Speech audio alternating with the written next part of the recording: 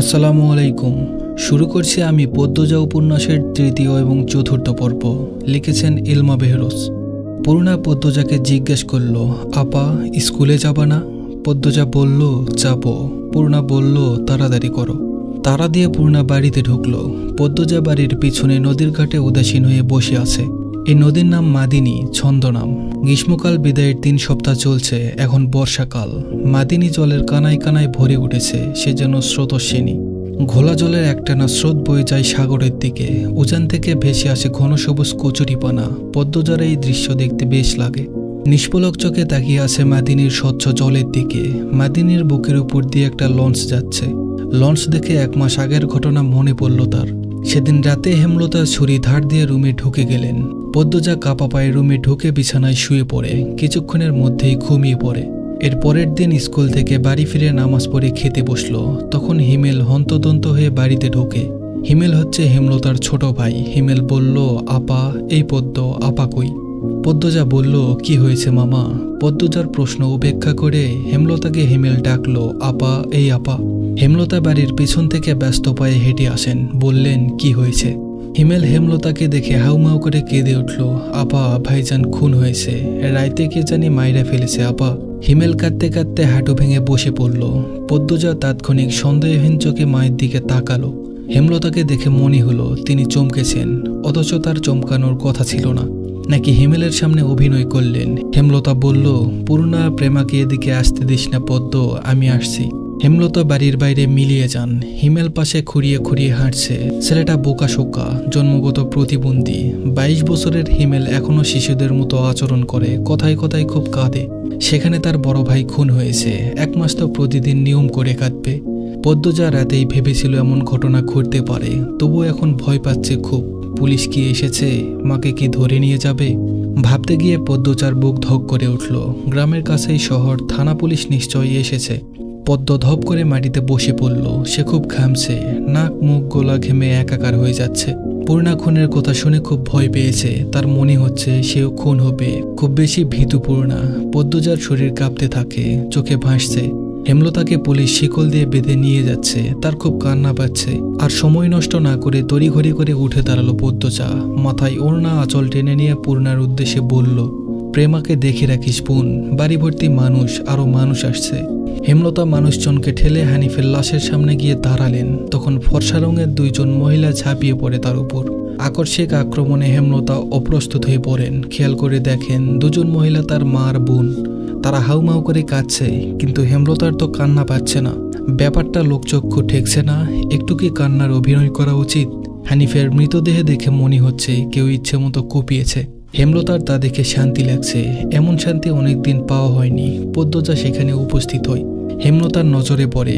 ভীতু চোখে মায়ের চোখের দিকে তাকালো পদ্মজা। হেমলতা ভ্রু কুঞ্চিত করে আবার স্বাভাবিক করে নেন। পদ্মজা চোখ ঘুরিয়ে দেখছে পুলিশ এসেছে নাকি। চারিদিকে এত মানুষ।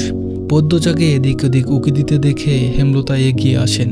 চোখ মুখ শক্ত করে পদ্মজার মুখ ঘুরে দেন। পদ্মজা দ্রুত ওড়নার আঁচল মুখে চেপে ধরে গোয়ালঘরে ঢুকে পড়ল। তার মা চায় না সে কখনো এত মানুষের সামনে আসুক। হেমলতা ঘাড় ঘুরিয়ে দেখলেন পদ্মজা গোয়ালঘর থেকে উকি দিচ্ছে, বাইরের অবস্থা পর্যবেক্ষণ করছে। কিছুক্ষণের মধ্যেই পুলিশ আসলো। জিজ্ঞাসাবাদ করে হানিফের লাশ নিয়ে গেল। লোকমুখে শোনা যায় হানিফ খুন হয়েছে শেষ রাতে। এরপর নদীতে ফেলে দেওয়া হয়। লঞ্চ ঘাটে লাশ ভাসে। হেমলতাকে পুলিশ নিয়ে যায়নি বলে পদ্মজা স্বস্তির নিঃশ্বাস নিল। মানুষের ভিড় কমে গেছে। হেমলতার মা কাঁদতে কাঁদতে ক্লান্ত হয়ে উঠানের এক কোণে বসে আছে। পদ্মজা গুটি পায়ে গোয়ালঘর থেকে বেরিয়ে আসলো। হেমলতা পদ্মজার দিকে তাকিয়ে মৃদু হাসেন। সেই হাসি দেখলেন হেমলতার মা মঞ্জুরা। তিনি কিছু একটা ভেবে নেন। হেমলতার কাছে এসে কিরিমিরি করে বলেন, তুই খুন করেছিস? হেমলতা বলল, তোমার কেন মনে হচ্ছে এমন? হেমলতার কণ্ঠ স্বাভাবিক, অথচ পদ্মজা এমন প্রশ্ন শুনে ভয় পেয়েছে খুব। যদি নানু পুলিশকে বলে দেয়, পুলিশ তো তার মাকে নিয়ে যাবে। হেমলতার মা বলল, কাল রাইতে তুই আইছিলি হানিফের ঘরে, আমি দেহি নাই? রাগে কাঁপছে মঞ্জুরা। হেমলতা বলল, হ্যাঁ আসছি। হেমলতার নির্বিকার স্বীকারোক্তি। হেমলতার মা বলল, কেন মারলি আমার ছেঁড়াডারে? তোর কি ক্ষতি করছে? হেমলতা বলল, আসছে বলেই কি আমি খুন করেছি? হেমলতার মা বলল, এত রাইতে তুই আর তার কাছে কি দরকারে আইবি? হেমলতা বলল, আমি তাকে মারতেই যাব কেন? মঞ্জুরা আহত দৃষ্টিতে তাকিয়ে আছে হেমলতার দিকে। হেমলতা তার চোখ মুখ শক্ত। নিস্তব্ধতা কাটিয়ে মঞ্জুরা চেঁচিয়ে উঠলেন, বললেন, পুলিশের কাছে যাবো আমি। পদ্মজা কেঁপে উঠল, অস্পষ্ট কণ্ঠে বলল, নানু এমন করো না। হেমলতা নিচু স্বরে কঠিন করে বললেন, আমার মেয়েদের থেকে আমাকে দূরে সরানোর চেষ্টা করো না আম্মা, ফল খুব খারাপ হবে। পদ্মজার মনে হলো মঞ্জুরা ভয় পেয়েছেন। মঞ্জুরা সবসময় হেমলতাকে ভয় পান। তিনি চুপসে যান, শুধু ঘৃণা ভরা দৃষ্টি নিয়ে হেমলতার দিকে তাকিয়ে থাকেন। পদ্মজা বুঝে উঠতে পারে না তার নানু কেন ভয় পায় মাকে। মায়ের অতীতে কি ঘটেছে, কেন তিনি তাকে এত ভয় পান? ছেলের খুনিকে কেন মা ছেড়ে দেয়? নানু কেন ছাড়লেন? মেয়ে বলে নাকি অন্য কারণে? কোনো উত্তর নেই। এসব ভাবলে উল্টো মাথা ব্যথা ধরে। অন্য 8-10টা পরিবারের মতো কেন নয় তারা? নাকি গোপনে সব পরিবারে এমন জটিলতা আছে? হাজারটা প্রশ্ন, কিন্তু উত্তর কোথায়? সেদিন রাতে খাওয়ার সময় হেমলতা নিম্নস্বরে পদ্মজাকে বললেন, পদ্মজা বলল, জি আম্মা। হেমলতা বলল, আমি হানিফকে খুন করিনি। কারা করেছে তাও জানি না। কথাটি শুনে পদ্মজা খুব চমকায়। তার মা মিথ্যা বলে না, তাহলে কারা খুন করলো? পদ্মজা প্রশ্ন করল, তাহলে শেষ রাতে মামার কাছে কেন গিয়েছিলেন আম্মা? হেমলতা জবাব দেয়নি, খাওয়া ছেড়ে উঠে যান। পদ্মজার ভাবনার সুতা কাটল কারো পায়ের আওয়াজ শুনে। ঘাড় ঘুরিয়ে মোর্শেদকে দেখতে পেলেন। মোর্শেদ পদ্মজাকে খাটে বসে থাকতে দেখে বিরক্তিতে কপাল কুঁচকান আর বলেন, এই সিরি, যা এখান থাইকা। পদ্মজার কান্না পায়, খুব খারাপ লাগে। নিঃশব্দে এক ফোঁটা জল গড়িয়ে পড়ে। তা আড়াল করে ব্যস্ত পায়ে বাড়ির ভেতরে চলে যায়। কয়েক মাস পর পদ্মজার ম্যাট্রিক পরীক্ষা। 3 বোন বই নিয়ে সড়কে উঠল। পদ্মজার কোমর অব্দি ওড়না দিয়ে ঢাকা। পূর্ণা এক নাকারে বকবক করে যাচ্ছে। স্কুলে যাওয়া অব্দি কথা বন্ধ হবে না। মাঝে মাঝে জোরে জোরে হাসছে। মেয়েটার হাসির রোগ আছে বোধহয়। একবার হাসি শুরু করলে আর থামে না। পদ্মজা বারবার বলছে, আম্মা রাস্তায় কথা বলতে আর হাসতে মানা করেছে, চুপ করো না। তবুও পূর্ণা হাসছে। বাড়ির বাইরে এসে সে মুক্ত পাখির মতো আচরণ করে। তাকে দেখে মনে হয় খাঁচা থেকে মুক্ত হয়েছে। এই সময় একজন বলল, এই পদ্ম খাড়া। পদ্মজা ক্ষেতের দিকে তাকালো। লাবণ্য ক্ষেতের আইল ভেঙে দৌড়ে আসছে। লাবণ্য আর পদ্মজা একই শ্রেণীতে পড়ে। লাবণ্য কাছে এসে হাঁপাতে থাকলো। শান্ত হওয়ার পর 4 জন মিলে স্কুলের উদ্দেশ্যে হাঁটা শুরু করলো।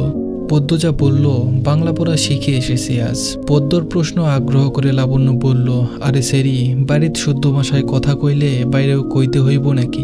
পদ্মজা বলল, আমি আঞ্চলিক ভাষা পারি না। লাবণ্য অসন্তোষ প্রকাশ করল। সে অলন্দপুরের মাতব্বর বাড়ির মেয়ে। তাদের বাড়ির সবাই শিক্ষিত, তবুও তারা আঞ্চলিক ভাষায় কথা বলে, পরিবারের 2-3 জন সদস্য ছাড়া। আর পদ্মজার 14 গোষ্ঠী মূর্খ, শুধু 2-3 জন ছাড়া। তবু এমন ভাব করে আঞ্চলিক ভাষা নাকি পারে না। পদ্মজা বলল, সত্যিই আমি পারি না। ছোট থেকে আম্মা শুদ্ধ ভাষা শিখিয়েছেন, উনিও বলেন, তাই শুদ্ধ ভাষায় কথা বলতেই আরাম পাই। লাবণ্য বলল, পূর্ণা তো পারে। পূর্ণা বলল, আমার চেষ্টা করতে ইচ্ছে হয় না। লাবণ্য বলল, আচ্ছা বাদ দে, শোন, কাইল আমরার বাড়িতে নায়ক নায়িকারা আইব। পূর্ণা বিকলিত হয়ে প্রশ্ন করল, কেন আসবো, কোন নায়ক? লাবণ্য বলল, শুটিং করতে, ছবির শুটিং। পদ্মজা এসবে কোনো আগ্রহ পাচ্ছে না। পূর্ণা খুব আগ্রহ বোধ করছে। সপ্তাহে একদিন সুমিদের বাড়িতে সাদা কালো টিভিতে সে ছায়াছবি দেখতে চায়। তাই অভিনয় শিল্পীদের প্রতি তার আগ্রহ আকাশ ছোঁয়া। পূর্ণা গদগদ হয়ে প্রশ্ন ছুড়ল, কোন নায়ক নায়িকা, বল না লাবণ্য আপা। লাবণ্য বলল, তারা মনে করি। পূর্ণা কৌতূহল নিয়ে তাকিয়ে আছে। লাবণ্য চোখ বুজে মনে করার চেষ্টা করলো। এরপর মনে হতেই বলল, লিখন সার, চিত্রা দেবী।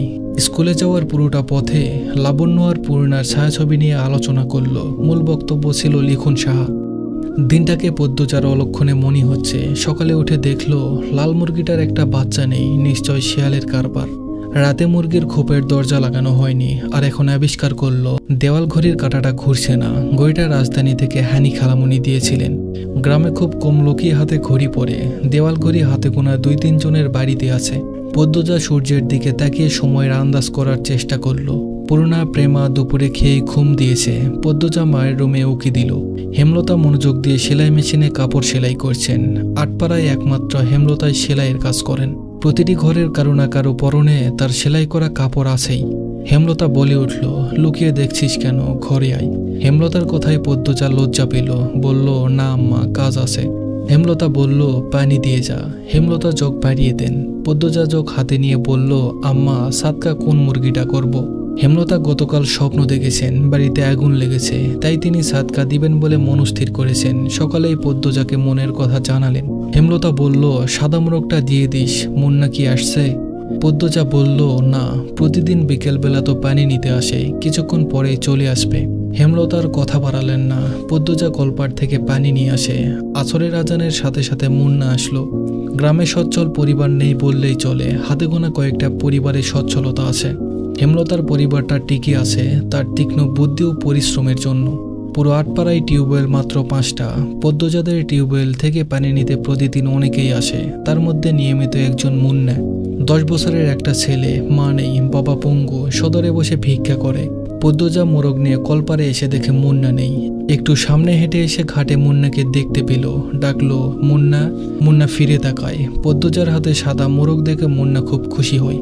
পদ্মজা না বললেও বুঝে যায় সাদকা পাবে আজ। মুন্না এগিয়ে আসলো, দাঁত কেলিয়ে হাসলো। পদ্মজা বলল, হাসিস কেন? নে মোরগ, তোর আব্বাকে নিয়ে খাওয়াবি। মুন্না যে খুব খুশি তা দেখেই বোঝা গেল। খুশিতে গদগদ হয়ে মোরগটাকে জড়িয়ে ধরল। পদ্মজার ঠোঁট দুটি প্রশান্তির হাসিতে মেতে উঠল। কি সুন্দর মুন্নার হাসি। পদ্মজা বলল, খুব খুশি না? দোয়া করবি আমরা যেন ভালো থাকি। মুন্না বলল, করবাম আপা। পদ্মজা বলল, আচার খাবি মুন্না? মুন্না বলল, হ, খাইবাম। পদ্মজা আবার হাসলো।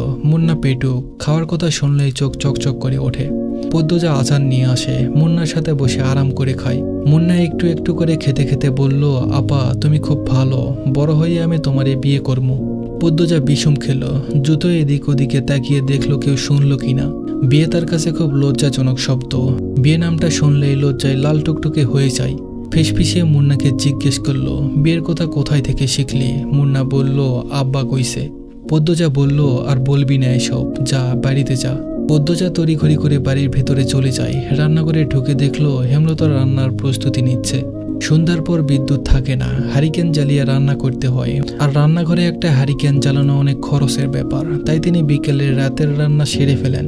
পদ্মজা বলল, আম্মা আমি রাঁধি। হেমলতা বলল, লাগবে না, সাহায্য কর শুধু। পদ্মজা চোখ ঘুরিয়ে দেখলো কি কাজ করা যায়, কোনো সাহায্যের প্রয়োজন নেই। হেমলতা নির্বিকার ভঙ্গিতে বললেন, লাউ নিয়ে আয়। পদ্মজা বলল, সিরে আনবো না লাহারি ঘরে আছে? হেমলতা বলল, লাহারি ঘরে নাই। পদ্মজা মায়ের আদেশ পেয়ে যেন চাঁদ পেয়েছে, এমন ভাব ধরে দ্রুত ছুটে যায় লাউ আনতে। লাউ, বরবটি, ঢেঁড়স, কাকরুল, করলা, চিচিঙ্গা, পটল, ঝিঙা ইত্যাদি ইত্যাদি সব রকমের সবজির মেলা বাড়ির আশেপাশে ঘিরে। পদ্মজা সাবধানে ঘাসের উপর দিয়ে লাউ গাছের দিকে এগোয়। বর্ষাকাল হওয়াতে জোকের উপদ্রব বেড়েছে, জোকের ভয় অবশ্য নেই তার। হেমলতা পদ্মজা যাওয়ার পানে ঝিম মেরে কতক্ষণ তাকিয়ে থাকেন। মেয়েটাকে দেখলে তার মন বিষণ্ণতায় ভরে ওঠে। পদ্মজার চুল দেখলে মনে হয় এই সুন্দর ঘন কালো রেশমি চুল পদ্মজার এক একটা কাল রাত। পদ্মজা ছিমছাম গঠনের দুধে আলতা দেহের অবয়ব দেখলে মনে হয় এই দেহ পদ্মজার যন্ত্রণা, এই দেহ ধ্বংস হবে। পদ্মজার ওষ্ঠদয়ের নিম্নে স্থির হয়ে থাকা কালো সূক্ষ্ম তিল দেখলে মনে হয় এই তিল পদ্মজার এক জীবনের কান্নার কারণ। হেমলতা পদ্মজার রূপের বাহার নিতে পারবে না। কেন কৃষ্ণকলির ঘরে ভুবন মোহিনী রূপসীর জন্ম হলো? জন্ম মৃত্যু বিয়ে কারো হাতে থাকে না, যদি থাকতো তাহলে মোর্শেদকে বিয়ে করতো না এবং পদ্মজার মতো রূপসীর জন্ম দিতেন না। আল্লাহর কাছে রূপসী মেয়ে ভুলেও চাইতেন না। হেমলতার বুক চিরে দীর্ঘশ্বাস বেরিয়ে এলো। আজ শুক্রবার, স্কুল নেই। ফজরের নামাজ পড়ে 3 বোন পড়তে বসেছে। প্রেমা নামাজ পড়তে চায় না, ঘুমাতে চায়। হেমলতার ভয়ে নামাজ পড়ে, সে ঝিমুচ্ছে আর পড়ছে। তা দেখে পদ্মজার পূর্ণা ঠোঁট টিপে হাসছে। হেমলতা বিরক্ত হন, প্রেমার তো পড়া হচ্ছে না। সেই সাথে পদ্মজা পূর্ণার মনোযোগ নষ্ট হচ্ছে। তিনি কর্কশ কণ্ঠে ধমকে উঠলেন, প্রেমা ঘুমাচ্ছিস কেন? ঠিক হয়ে পড়। প্রেমা সচকিত হলো, চট করে চোখ খুলে ভয়ে তাড়াতাড়ি পড়া শুরু করলো। হেমলতা কিছুক্ষণ পর স্বাভাবিক গলায় বললেন, পড়তে হবে না, ঘরে গিয়ে ঘুমা। প্রেমা একটু অবাক হয়, পরেই খুশি হয়ে ছুটে যায় ঘরে। পূর্ণা মুখ ভার করে ফেলে, তারও তো পড়তে ইচ্ছে করে না, কিন্তু মা কখনো তাকে ছাড় দেন না। হয়তো ছোটবেলা ছাড় দিতেন, মনে নেই। সে আবার খুব দ্রুত সব ভুলে যায়। ব্রেন ভালো প্রেমার, যা পড়ে তাই মনে থাকে। পূর্ণা খুব দ্রুত ভুলে যায়। পদ্মজার সবকিছু স্বাভাবিক, শুধু রূপ বাদে। সূর্য ওঠার সাথে সাথে মোর্শেদ বাড়িতে ঢোকেন। হাতে ঝাঁকি জ্বালার বড়শি, কাঁধে পাটের ব্যাগ ঝোলানো। ভোরে মাছ ধরতে গিয়েছিলেন। মোর্শেদ বাড়ি ফিরলে পূর্ণার প্রেমা সবচেয়ে বেশি খুশি হয়, মাছ খেতে পারে অনেক। অর্থের জন্য হেমলতা খুব কম মাছ আনেন। মোর্শেদ বাড়িতে যতদিন থাকেন ততদিন মাছের অভাব হয় না। মোর্শেদ বলার পূর্বেই পূর্ণা ও প্রেমা গামলা নিয়ে ছুটে আসলেন উঠানে। মোর্শেদ কাদের ব্যাগ উল্টো করে ধরলেন গামলার উপর। পুঁটি, ট্যাংরা, পাবদা, চিংড়ি মাছের ছড়াছড়ি। হেমলতা ভারী খুশি হন। পদ্মজা লতা দিয়ে চিংড়ি খেতে খুব পছন্দ করে, আর পূর্ণা প্রেমা পছন্দ করে পাবদা মাছের ভুনা। মেয়েগুলো খুব বেশি খুশি হয়েছে মাছ দেখে। তিনি জানেন মোর্শেদ বাড়ি থেকে বের হতেই পদ্মজা ছুটে যাবে বাড়ির পিছনে লতা আনতে। মোর্শেদ হেমলতাকে বলল, হুনো, আমার আম্মারে পাবদা ভুনা কইরা দিবা, সবজি টবজি দিয়ে রানবা না। পূর্ণা বলল, আব্বা আপনি বাড়িতে থাকবেন, তাহলে তো প্রতিদিনই মাছ খেতে পারি।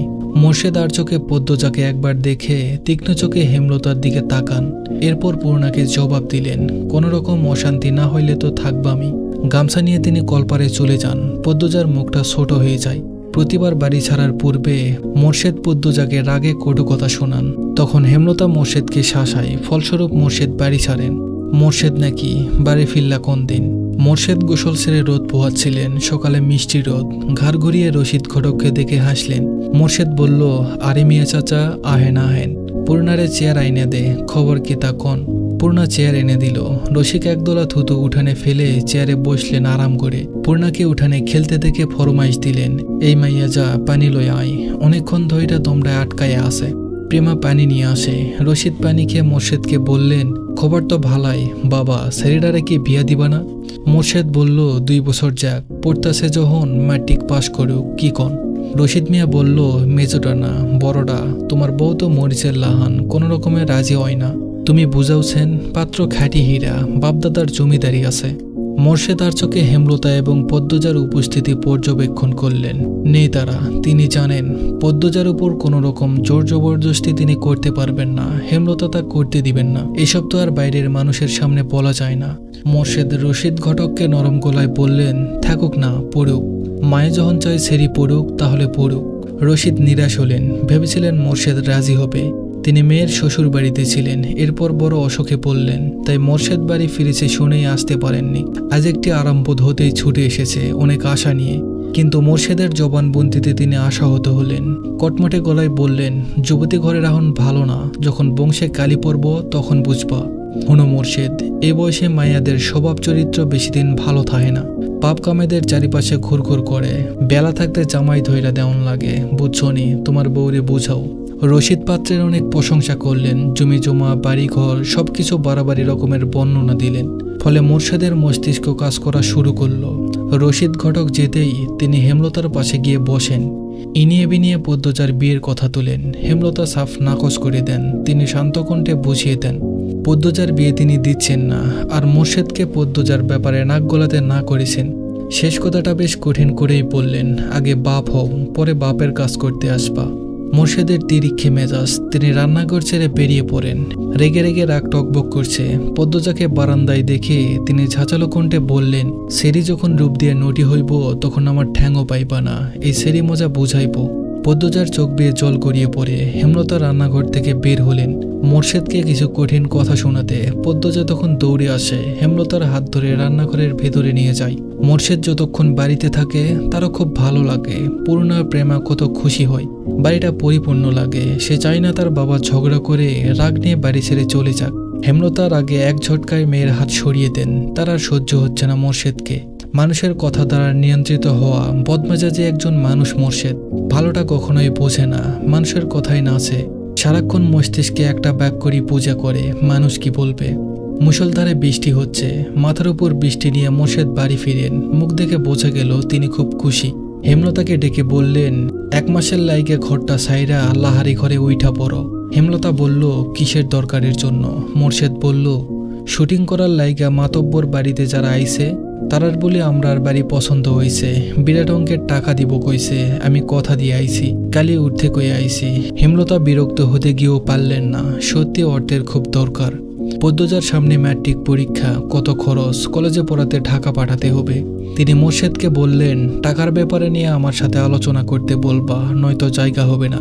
মোর্শেদ বলল, আরে বল মানে, এখন সব গুছাই এলো। পূর্ণা আড়াল থেকে সবটা শুনেছে। 7 দিন হয়েছে লিখন সার চিত্রা দেবী এসেছে গ্রামে, অথচ সে দেখতে যেতে পারেনি। হেমলতা যেতে অনুমতি দেয়নি। পূর্ণা নামাজে দোয়াই খুব অনুনয় করেছে আল্লাহকে, যেন লেখন সার চিত্রা দেবীকে সচক্ষে দেখতে পারে। আর এখন শুনলো তাদের বাড়িতেই নাকি আসছে ওরা। পূর্ণার মনে হচ্ছে সে খুশিতে মরে যাচ্ছে। এই মগা, আমাকে এক কাপ চা দাও তো। মগা ঝড়ের গতিতে চা নিয়ে আসে। লিখন চিত্রের পাশের চেয়ারটায় বসলো। এরপর মগাকে বলল, দারুণ চা করো তো তুমি। মগা কাচুমাচু হয়ে হাসলো। ভাবে বোঝা গেল প্রশংসা শুনে সে ভীষণ লজ্জা পেয়েছে। চিত্রা মগার ভাবভঙ্গি দেখে হেসে উঠল। চিত্রা হাসলে মগা মুগ্ধ হয়ে দেখে মাতব্বর বাড়ির কামলা সে। চিত্রনায়ক লিখন শাহ এবং চিত্রনায়িকা চিত্রা দেবীর সেবা করার দায়িত্ব মগাকে দেওয়া হয়েছে। মগা এতে ভীষণ খুশি। চিত্রার সুন্দর মুখশ্রীর সামনে সবসময় থাকতে পারবে ভেবে চিত্রা বলল, তোমার ভাইয়ের নাম কি জানি বলেছিলে? 4 ফুট উচ্চতার মগা উৎসাহ নিয়ে জবাব দিল, মদন। চিত্রার হাসি পায়, অনেক কষ্টে চেপে রাখলো। মগা মদন কারো নাম হয়? শুটিংয়ের মাঝে হুট করে আকাশ ভেঙে বৃষ্টি নামে, তাই আপাতত শুটিং স্থগিত আছে। সবাই বারান্দায় বসে বৃষ্টি দেখছে। হাতে সবারই রং চা। ডিরেক্টর আব্দুল জাহেদ দারুণ খিচুড়ি রান্না করেন। বৃষ্টি দেখে তিনি রান্নাঘরে ঢুকেছেন। চিত্রা মগাকে প্রশ্ন করল, আচ্ছা মগা, এই বাড়ির 2টা মেয়ে কোথায়? আসার পর একবার এসেছিল, এরপর তো আর এলো না। মগা বলল, ওই যে লাহারি ঘর ওইটাতে আছে। চিত্রা বলল, লাহারি ঘর মানে কি? মগার বদলে লিখন বলল, যে ঘরে অর্ধেক জুড়ে ধান রাখা হয় আর অর্ধেক জায়গায় চৌকি থাকে কামলাদের জন্য, ওই ঘরকে লাহারি ঘর বলে এখানে। চিত্রা চমৎকার করে হাসলো আর বলল, বৃষ্টি কমলে লাহারি ঘরে যাব, ঠিক আছে? মগা বলল, আচ্ছা আপা। চিত্রা লিখনকে বলল, এই লিখন যাবা? এই তো সামনে, আলসেমি করো না। মগা হৈ হৈ করে উঠল, না না, বেড়া লইয়া যাউন যাইতো না, বাড়ির মালিকের মানা আছে। লিখন মগার না করার ভাব দেখে ভীষণ অবাক হলো। চিত্রা প্রশ্ন করল, মানা কেন? মগা বলল, ওই বাড়ির বড় সেরিডাতে তো আপনারা দেখেন নাই, আগুন সুন্দরী। এই লিখন ভাইয়ের লাহান বিলাই চোখা। সেরিডারে স্কুলে যাওয়া ছাড়া আর কোনোখানে যাইতে দেয় না। বাড়ি দিবার আগে কইয়া রাখছে, লাহারি ঘরে বেড়া মানুষ না যাইতে। এই সেরি লইয়া বহুত কিচ্ছা আছে। চিত্রা বেশ কৌতূহল বোধ করল। লিখন তীক্ষ্ণ ঘোলা চোখে লাহারি ঘরের দিকে তাকালো। 1.5 দিন হলো এখানে এসেছে। উঠানের শেষ মাথায় থাকা লাহারি ঘরটা একবারও মনোযোগ দিয়ে দেখা হয়নি। সামনের দরজাটা বন্ধ। 2টো ছোট মেয়ে এসেছিল ঘরটার ডান পাশ দিয়ে। ঘরটার ডানে বামে পিছনে গাছপালা। বাড়িটা পুরনো হলেও দারুণ। তবে এই মুহূর্তে তার অন্য কিছুর প্রতি তীব্র কৌতূহল কাজ করছে।